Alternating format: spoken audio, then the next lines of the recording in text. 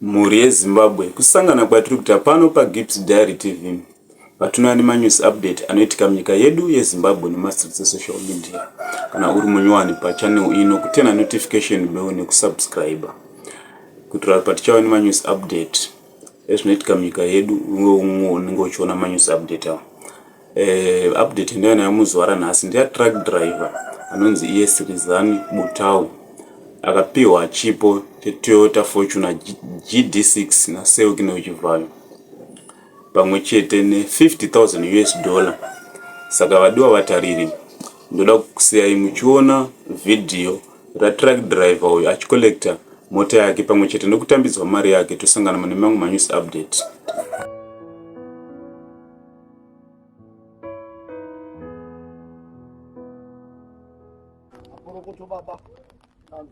Gamuchirei pano asewiknoti pano nebasa guru ramakaita rekununura vanhu vakanga vakuchira mubhazi.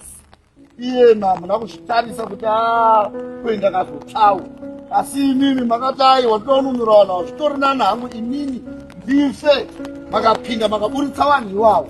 Ii makatotsvawo chimwe chidimbu cheruoko. Sewiknoti mwoyo wakadaro iwoyo ndowatinoda muvanhu veZimbabwe. Iwoyo mwoyo wamakaita iwoyo wega wega zvanhase wikno tuye tugamuchirei mudziyo weToyota Fortuner 0 mileage brand new. Zvino tinoti makorokoto makuru. Tinotenda mauya pamwe chete naamai makorokoto. Haiwa tinotenda. Bhuku renyu remota iyi, mapepa emota, makizi enyaya, maspekiza, hanzi naSewikno isingaperere ipapo. Iro basa ramakaita iroro ihombe. Haridi kuti muzofamba muchitsvaga mari dzefiwo. Zvazi tikupei zvakare $50,000 yamunozofamba muchitira fiwo, muchitenga matikichori naamai muchidya 10, 20, 30, 40, $50,000 zote. Tanga ndotenda Mwari. Mwari ndimwari vezvokwadi. Mwari ndimwari veminana. Mwari ndimwari wemaropafadzo. Ndotenda His Excellency President Dr. E.D. Mnangagwa naamai nekundirecognize kwavakaita vachindipa the honor of Gold Cross of Zimbabwe medal which I am wearing on today.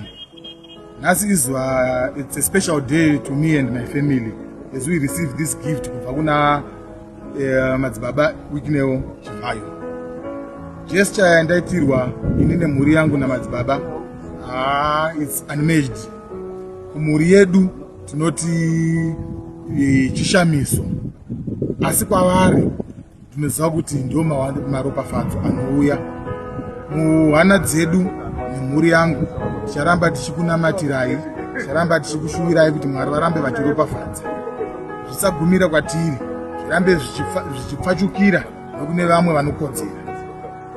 Ndozotenda mudzimai wangu mukurwara kwese kwandakaita, she stood by me, vakandiriritira kusvika ndive zvandiri nhasi vachibikira.